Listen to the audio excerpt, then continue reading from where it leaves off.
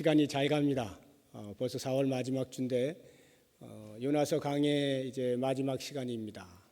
내가 어찌 아끼지 아니하겠느냐라고 하는 총 주제 아래서 4주 동안 각 장을 살펴보았는데 우리가 1장에서는 하나님의 부르심과 요나의 불순종에 대해서, 그리고 2장에서는 하나님의 징계와 요나의 회개에 대해서, 그리고 3장에서는 하나님의 용서와 요나의 외침에 대해서, 그리고 마지막 오늘 4장에서는 하나님의 자비와 요나의 불평에 대해서 생각을 해보도록 하겠습니다.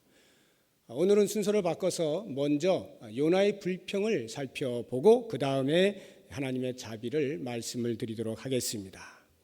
하나님께서 뜻을 돌이켜 니느웨 백성들에게 내릴 재앙을 거두셨다는 사실을 알게 된 요나는 불평을 토로하기 시작했습니다. 요나의 불평이 어느 정도였는지 한번 살펴보도록 하겠습니다. 1절을 보십시오. 요나가 매우 싫어하고 성내며, 이 말은 극도로 기분이 나빴다는 거예요. 그래서 그 결과로 화가 치밀어 올랐다는 말입니다. 1차적으로는 니느웨 백성들이 받아야 할 하나님의 심판, 재앙을 받지 아니한 것 때문에 기분이 나빴고 그리고 화가 난 것입니다. 그러나 그 이면을 들여다보면 사실 하나님께서 그렇게 용서하셨기 때문에 일어난 일인 것에 대하여 하나님께 투덜거리고 있는 것을 알 수가 있습니다. 요나의 불평은 거기서 멈추지 않고 한 걸음 더 나아갑니다. 3절 보십시오. 여호와여 원하건대 이제 내 생명을 거두어 가소서, 사는 것보다 죽는 것이 내게 나음이니이다 하니. 이런 꼴을 보느니 차라리 죽는 게 낫다고 말하는 거예요. 다시 말씀드리면 화병에 죽게 생겼습니다, 이런 말입니다. 요나는 자기가 어느 정도 화가 났는지를 하나님께 알리기라도 하려는 듯 기도하며 불평을 늘어놓더니 드디어는 하지 말아야 할 말까지 하게 되었습니다. 하나님께서는 나를 화병으로 죽게 만든 장본인이라고 책임을 전가하고 있는 것입니다. 마치 이렇게 말하는 것과 같아요. 내가 당신의 선지자로 지금까지 살아온 것이 얼마나 억울한지 모르겠습니다. 참으로 헛되고 무의미합니다. 이제 나는 더 이상 바보 같은 인생을 살지 않겠습니다. 차라리 이렇게 살 바에는 죽겠습니다. 저를 죽여주십시오. 이렇게 항변을 하고 있는 거예요. 아무리 답답하고 이해가 되지 않고 내 생각과 다른 결과가 일어났다 할지라도 이런 식의 말은 하지 말았어야 하는 것입니다. 일이 이쯤 되니까 하나님께서 드디어 한마디 하십니다. 4절을 보십시오. 여호와께서 이르시되 내가 성내는 것이 옳으냐 하시니라. 이 말씀을 보면 하나님께서 사람의 중심을 깨뚫고 있는 것을 볼 수 있어요. 핵심을 찌르지 않습니까? 네가 정말로 성내야 하는 것이 맞느냐, 이 질문입니다. 이 말씀을 들은 요나가 여기에서 자신의 마음을 다스리고 냉정을 되찾았다면 얼마나 좋았겠습니까? 그런데 요나는 그러지를 못했어요. 그의 불편한 심기가 5절에서 노골적으로 드러나고 있는 것을 볼 수가 있습니다. 요나가 성읍에서 나가서 그 성읍 동쪽에 앉아 거기서 자기를 위하여 초막을 짓고 그 성읍에 무슨 일이 일어나는가를 보려고 그 그늘 아래에 앉았더라. 요나가 왜 성 밖으로 나가서 초막을 짓고 앉았다라고 생각을 하십니까? 비록 하나님께서 뜻을 돌이켜서 재앙을 거두시기는 했지만 혹시 한 번 더 마음이 바뀌실지도 모른다는 생각을 한 것입니다. 40일이 지나서 심판하신다고 했으니까 그때까지 혹 어떤 일이 일어날까 기다려볼 작정으로 초막을 짓고 앉아 있는 것입니다. 이렇게 화가 난 요나, 왜 이렇게 화가 많이 났고 극단적인 불만을 토로하게 되었는가, 그 이유를 살펴보면 크게 두 가지를 생각해 볼 수가 있습니다. 첫 번째는 이 요나는 하나님의 심정을 몰랐던 것입니다. 하나님의 마음을 읽어 그 마음 깊은 곳에 있는 하나님의 뜻을 헤아리는 데까지 미치지 못했기 때문이라는 말입니다. 2절을 보시기 바랍니다. 여호와께 기도하여 이르되 여호와여 내가 고국에 있을 때에 이러하겠다고 말씀하지 아니하였나이까. 그러므로 내가 빨리 다시스로 도망하여 싸우니 주께서는 은혜로우시며 자비로우시며 노하기를 더디하시며 인애가 크시사 뜻을 돌이켜 재앙을 내리지 아니하시는 하나님이신 줄을 내가 알았음이니이다.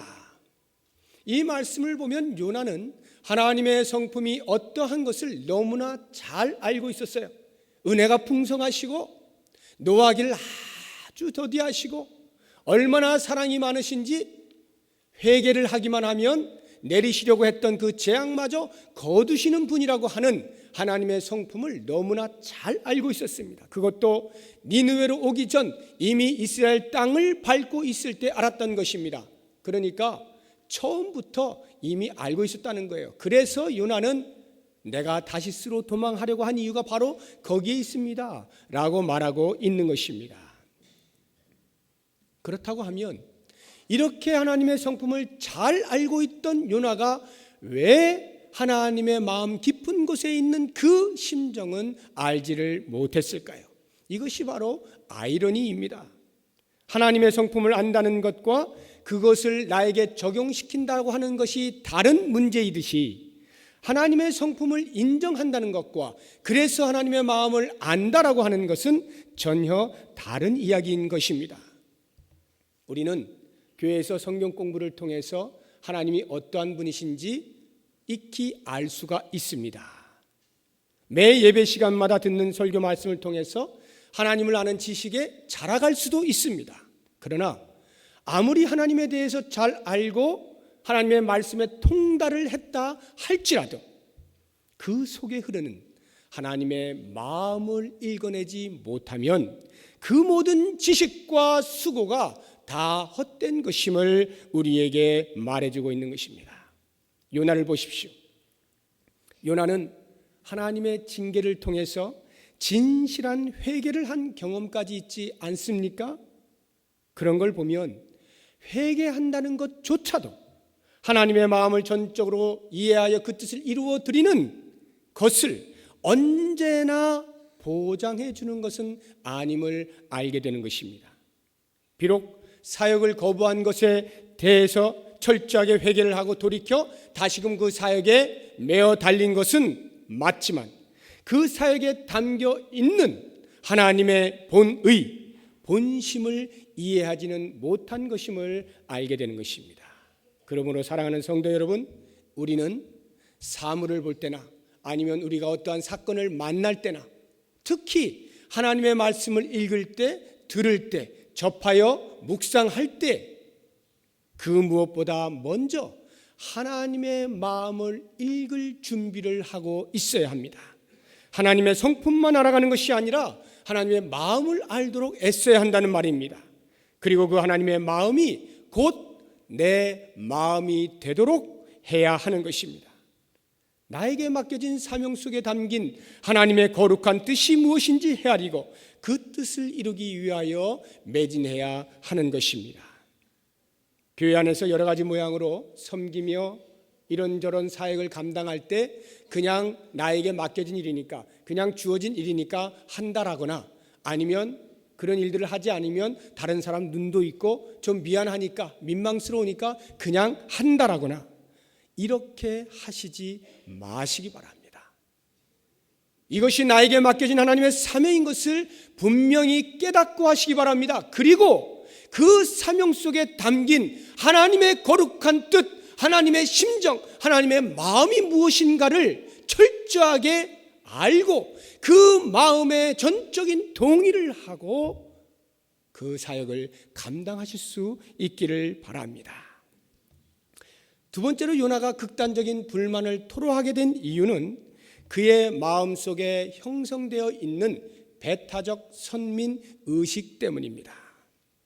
하나님의 마음을 이해할 수 없었던 것도 어쩌면 이렇게 편협한 선민 의식이 그의 마음 전체를 지배하고 있었기 때문인지도 모릅니다. 선민 의식이라고 하는 것 자체가 나쁜 것은 아니죠. 하나님께서 선택하신 백성이라는 자부심을 갖는 것이 왜 나쁜 것이겠습니까? 비록 조그마한 나라이지만 하나님께로부터 선택받은 민족이기에 거기에 긍지를 가지고 세상을 향하여 당당히 사는 것은 마땅한 바람직한 태도인 것입니다. 그러나 문제는 이 선민의식이 본래 가지고 있던 의미와 목적을 상실하게 되면서 집단적 이기주의로 변질하게 되었다는 데 문제가 있는 것입니다.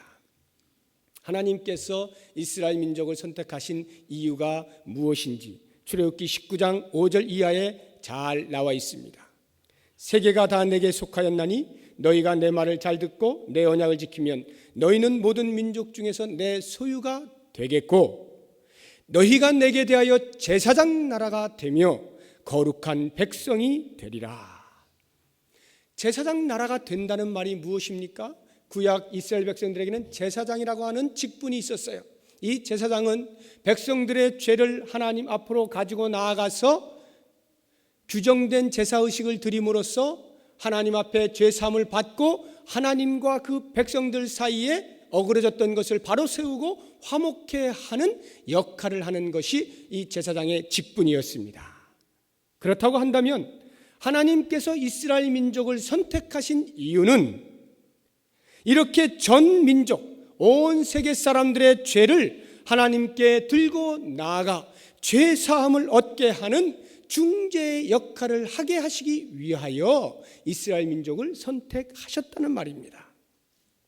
이 말은 하나님의 관심이 이스라엘 민족에만 머물러 있는 것이 아니라 그 이스라엘 민족을 통하여 전 세계로, 즉 하나님의 잃어버린 백성들을 향한 긍휼의 마음, 그리고 그들을 다시 얻는 이 화목, 여기에 하나님의 궁극적인 관심이 있었다는 말입니다. 그런데 유나는 그만 선민이라고 하는 이 의식을 지나치게 하게 되면서 다른 민족들에 대하여 배타적인 태도를 취하게 된 것입니다. 제가 여러 차례 여러 곳에서 이 기독교의 배타성에 대해서 말씀을 드려왔습니다. 얼마 전에도 제가 이 예배 시간에 기독교의 배타성에 대해서 설명을 드린 적이 있는 것으로 기억이 납니다. 이 시간에 다시 한번 말씀을 드리려고 해요. 이게 그만큼 중요한 것입니다. 여러분들이 이 개념을 정확하게 이해하시고 흔들리지 않으실 수 있기를 바랍니다. 기독교가 배타적이다라고 하는 말은 여러분들이 어쩌면 주변에서 그리 어렵지 않게 들어보셨을 것입니다. 예수 그리스도를 믿음으로만 구원이 있다라고 주장을 하는 것이 기독교이기 때문에 그에 반하여 다른 종교들의 구원이 없는 것이 되니까 그들이 볼 때는 기독교는 자기들을 무시한 배타적인 종교라고 밖에는 말할 수가 없는 것입니다. 그래서 이러한 것을 듣기 싫어하는 일부 자유주의 신학을 기초로 하는 진보주의자들 가운데 몇 사람들이 이렇게 대변을 하였습니다. 다른 종교에도 구원이 있을 수 있다.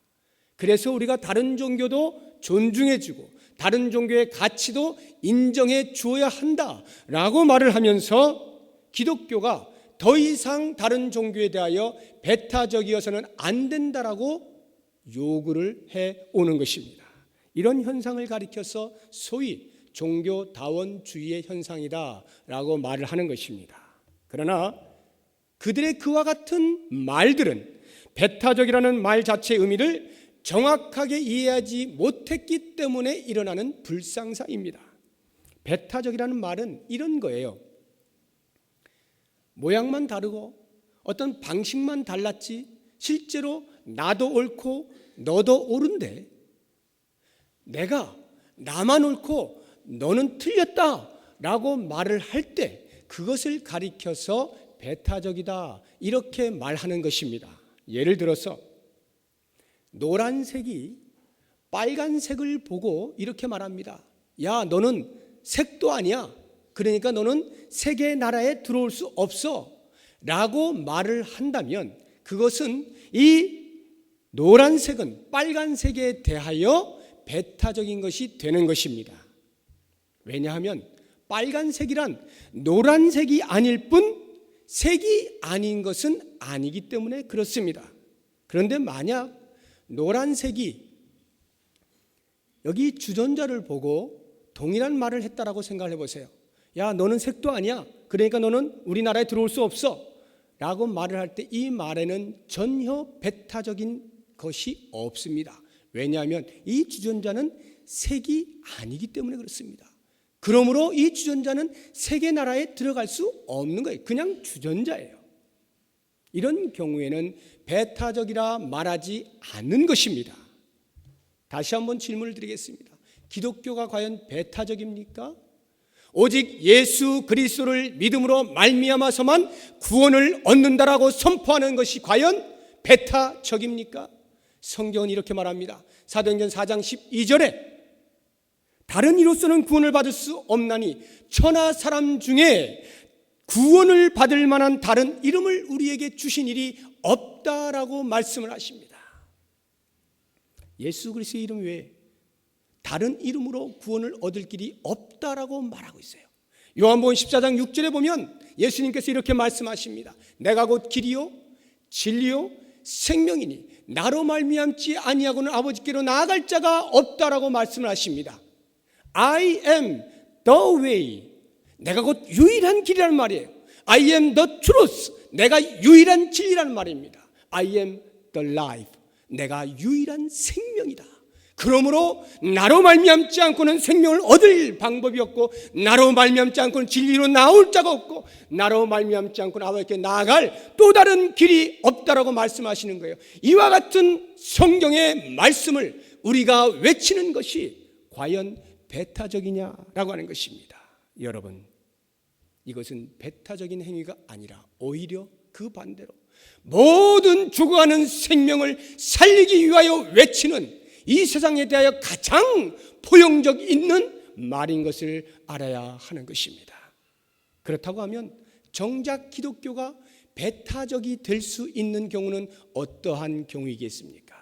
그것은 오히려 그 반대로 이와 같은 진리의 말씀, 이 땅에 유일한 진리로 존재하고 있는 이 예수 그리스도를 전하지 아니하고 다른 곳에도 구원이 있다라고 헛소리를 하는 거기야말로 진정한 배타적인 모습이 있는 것입니다. 복음을 전하지 아니할 때 그것이야말로 기독교는 가장 배타적인 것입니다. 그래서 제가 요나의 이 비뚤어진 편협된 선민의식을 가리켜 배타적인 선민의식이라 말하고 있는 것입니다. 무슨 말입니까? 요나는 우리만 구원받으면 되는 거예요. 우리 이스라엘 민족만 하나님의 사랑을 받으면 되는 거예요. 우리 이스라엘 민족만 구원을 얻어서 하늘나라 가면 끝나는 것입니다. 다른 사람들이야 어찌됐든, 다른 민족들이 어찌됐든, 니느웨 백성들이야 죽든 말든 지옥을 가도 오히려 그것이 마땅하다라고 여기고 있는 이것이야말로 배타적이란 말입니다. 그래서 그들에게는 전혀 복음을 전할 필요가 없다라고 여기는 것, 이것처럼 더 지독한 배타적인 모습이 어디 있느냐 이것입니다. 사랑하는 성도 여러분, 구약의 이스라엘은 신약의 교회를 가리켜요. 이스라엘 민족이 세상을 향하여 열방을 향하여 이와 같은 제사장의 역할을 해야만 했다라고 한다면 오늘 이 시대에 이 땅에 있는 교회들은 동일하게 이 세상을 향하여서 하나님과 이 세상을 화목해 하는 사명을 가지고 있는 것입니다. 그러므로 우리가 교회 안에서 우리의 기쁨으로 만족하고 우리의 행복으로 만족하고 그렇게 추구하며 산다면 이것만큼 더 큰 집단 이기주의가 없는 것입니다. 모든 사역들이 교회 안에만 집중되어져 있고 머물러 있는 채 복음 전하는 것을 멈춘 교회는 배타적 선민의식이라고 하는 중병에 걸려 있는 것입니다. 마치 초대교회 당시의 사대교회처럼 살아있다라고 하는 이름은 가졌으나, 너희가 살았다 하는 이름은 가졌으나 죽은 자로다. 살아있는 것 같으나 죽은 교회의 모습, 그것이 바로 복음 전하기를 그치고 교회 안에서 우리끼리 잘 사는 그러한 개토화시키는 이 교회야말로 죽은 교회인 것입니다. 사랑하는 성도 여러분, 저는 예수님의 이름으로 여러분들께 부탁을 드리고 싶습니다. 예수 그리스도를 믿음으로만이 구원을 얻는다라고 하는 이 진리를 여러분들이 만나는 사람마다 선명하게 전해주시길 바랍니다. 그리고 한 사람 예외 없이 한 사람도 듣지 못했다는 말을 하지 않도록 모든 사람에게 열린 마음을 가지고 그들에게 이 복음을 전하실 수 있기를 바랍니다. 이것이야말로 배타적 선민의식을 버리고 세상을 포용하는 가장 확실한 기독교의 모습인 것을 믿으시기 바랍니다. 이러한 요나의 불평과는 대조적으로 하나님의 자비하심을 이제 볼 때에 그 자비하심은 한이 없으신 것을 우리가 찾아볼 수 있습니다. 요나서에 나타나는 하나님의 자비하심은 두 방면으로 이해할 수가 있는데, 첫 번째는 니느웨 백성들을 향한 행동에서 하나님의 자비하심을 찾아볼 수 있습니다. 여러분들이 요나서를 시간 내서 찬찬히 읽어보십시오. 그 요나서를 읽다 보면은 하나님은 마치 니느웨 백성들을 살리시기 위하여 안달이 나신 것처럼 느껴질 때가 있을 것입니다. 그렇게 가기 싫다고 하는 요나를 억지로 끌어다가 거의 반 죽여서 기어코 보내지 않습니까? 그런 모습을 볼 때 우리는 니느웨 백성들이 그 정도로 가치가 있는 것일까라는 생각을 하게 마련입니다. 왜냐하면 그 니느웨 백성들이라고 하는 사람들은 하나님의 선민 백성인 이스라엘 백성들을 계속해서 괴롭히고 압제하고 위협하는 그런 민족이었거든요. 그러니까 하나님의 백성들을 괴롭히는 그 민족에게 무엇인가가 일어날 것에 대한 기대를 할 필요가 없는 거예요. 요나와 동일한 마음을 우리도 보게 되는 것입니다. 그런데 하나님은 다르죠. 하나님께서는 마치 수렁에 빠진 자녀를 구하는 부모의 심정으로 다급하게 구원의 손길을 뻗치고 있는 모습을 찾아볼 수가 있습니다. 왜 그럴까요? 말 그대로 하나님 편에 있어서 니느웨 백성들은 수렁에 빠진 하나님의 자녀들이었기 때문에 그렇습니다. 부모를 등지고 떠난 자녀, 부모에게 깊은 상처를 주고 떠난 자녀, 그래서 부모를 다시는 보지 않겠다라고 내뱉고 떠난 자녀, 비록 자녀가 그렇게 했다 할지라도 그 자녀에 대한 부모의 마음마저 자녀로부터 멀어질 수는 없는 것입니다. 부모는 언제나 그 자녀에 대하여 부모로 존재하기 때문에 그렇습니다. 아무리 큰 고통과 상처를 준 자녀라 할지라도 부모는 그 자녀에 대해 오히려 더 애틋한 마음과 더 긍휼의 마음과 더 큰 자비의 마음을 갖게 되는 것입니다.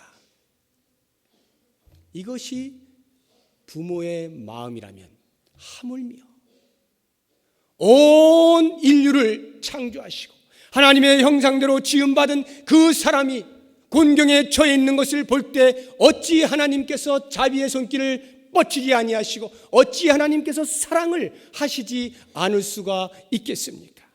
우리는 요나처럼 우리의 잣대로 하나님의 자비의 대상을 마음대로 선정을 하려고 하는 유혹을 받지만 하나님께서는 그 누구에게도 돌아서는 자마다 받아들일 준비를 이미 다 하고 계시는 것입니다. 베드로서 3장 9절을 보면 오직 주께서는 너희를 대하여 오래 참으사 아무도 멸망하지 아니하고 다 회개하기에 이르기를 원하신다라고 말씀을 하고 있습니다. 이것이 바로 온 인류를 향한 하나님의 자비의 마음이에요. 우리가 이 하나님의 자비의 마음을 결코 잊어서는 안 되는 것입니다. 두 번째로 불평하고 있는 요나를 향한 행동에서 또한 우리는 하나님의 자비하심을 찾아볼 수가 있습니다. 하나님께서는 당신의 사역자들에게 때로는 사역을 제대로 감당하지 못할 때 징계를 통하여 권면하고 권계하고 다시 세워주시기도 하지만 또 때로는 그런 징계가 아닌 설득하시는 방편을 통하여서 세워주시기도 합니다. 지금 하나님께서 바로 이 설득을 하고 계시는 거예요. 요나처럼 이렇게 불평하고 있는 상황 속에서 사실 설득하는 것이 별로 불필요해 보입니다. 차라리 징계하는 것이 더 나아 보입니다. 그러나 이렇게 설득하시는 장면을 통하여 우리는 하나님의 은혜와 자비의 크기가 어떠함을 가히 짐작해 볼 수가 있는 것입니다.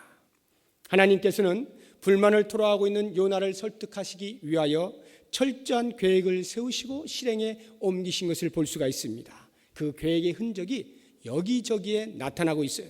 6절에 보십시오. 박넝쿨을 예비하사라고 하는 말이 나오죠.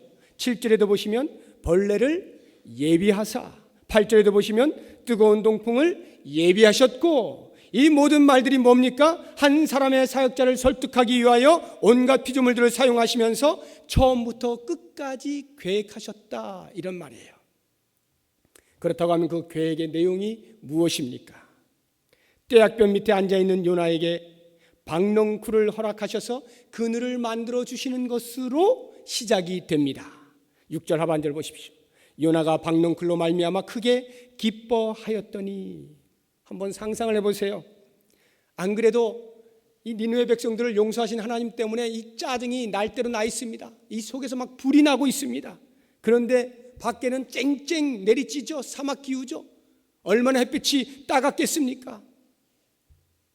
하나님께서 그 마음을 변개하시지 않으실 것을 알면서도 혹시라도 또다시 마음을 바꾸어서 심판하시진 않을까 싶어 그 심판을 이제는 하실까 저제는 하실까 기다리면서 거기 쭈그리고 앉아있는 요나에게 있어서 이 박넝쿨은 그나마 견딜 수 있는 유일한 희망이요 기쁨이었을 것이 틀림이 없습니다. 그렇게 기쁨을 안겨주신 하나님께서 그 다음 작전을 하시는데 7절을 보십시오. 하나님이 벌레를 예비하사 이튿날 새벽에 그 박넝쿨을 갉아먹게 하심에 시드니라. 박넝쿨을 제거하는 작업을 하신 것입니다.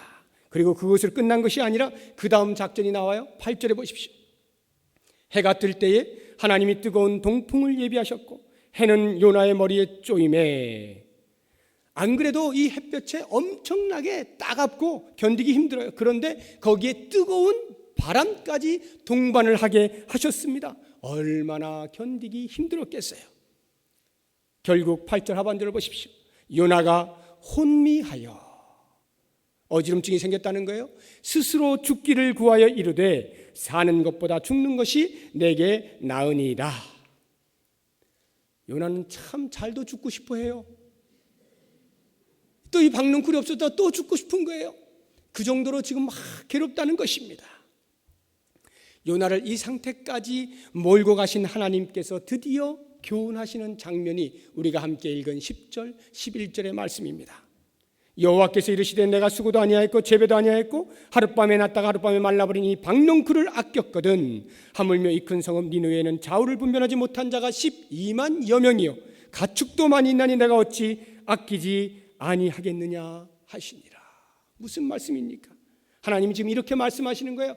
너는 지금 손 하나도 까딱하지 않은 어디선가 갑자기 나타난 이 박넝쿨 하나가 아까워서 사느니 죽느니 난리를 치고 있다라고 한다면, 하물며 나의 형상대로 지음받은 무수한 사람들이 죽어가고 있는 것을 지켜보고 있는 나의 심정은 과연 어떠하겠느냐, 이 말씀을 하고 계시는 거예요.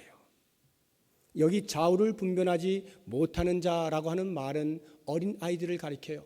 그러니까 어린 아이들만 12만여 명이에요. 그러면 최소한 장정 합하여 60만 이상의 사람들이 니느웨 성읍에 살고 있는 것입니다. 그런데 이 수많은 사람들에 대하여 전혀 자비심이 없었던 요나에게 하나님께서는 당신의 마음을 전달하기 위해서 이러한 집요한 설득의 수고를 하고 계시는 것입니다. 이것이 바로 하나님의 자비의 모습인 거예요. 이렇게 해서 요나서가 끝이 납니다. 좀 싱겁다고 생각지 않습니까? 왜 요나서가 이렇게 끝이 날까? 한번 생각해 보십시오.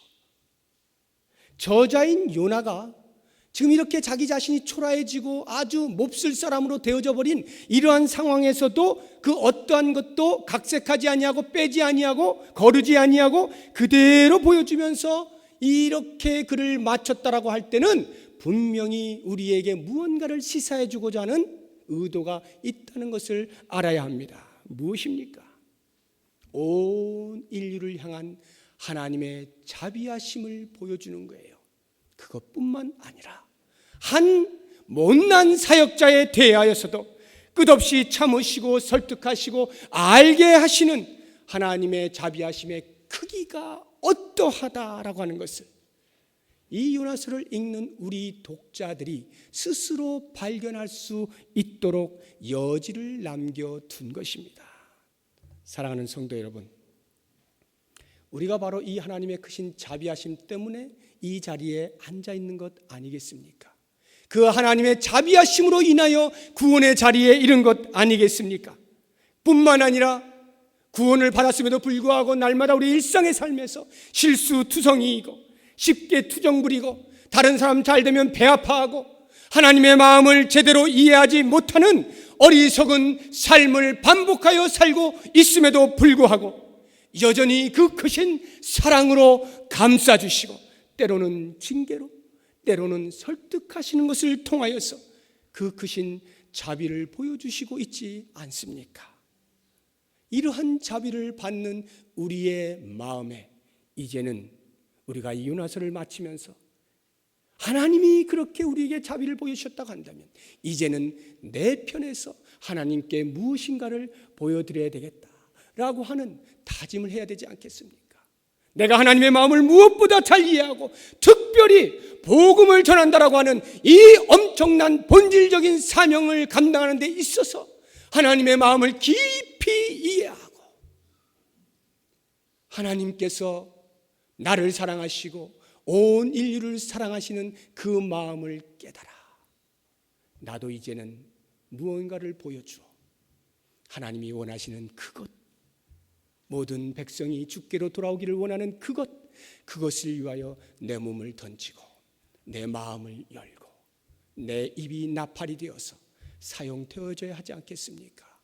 저는 모쪼록 이 자리에 앉아있는 여러분 한 사람 한 사람이 저를 포함해서 이와 같은 하나님의 깊은 자비의 마음을 알아 하나님의 마음을 시원하게 해드리는, 하나님의 마음을 기쁘게 해드리는 복음의 기수들이 다 될 수 있기를 예수의 이름으로 축원합니다.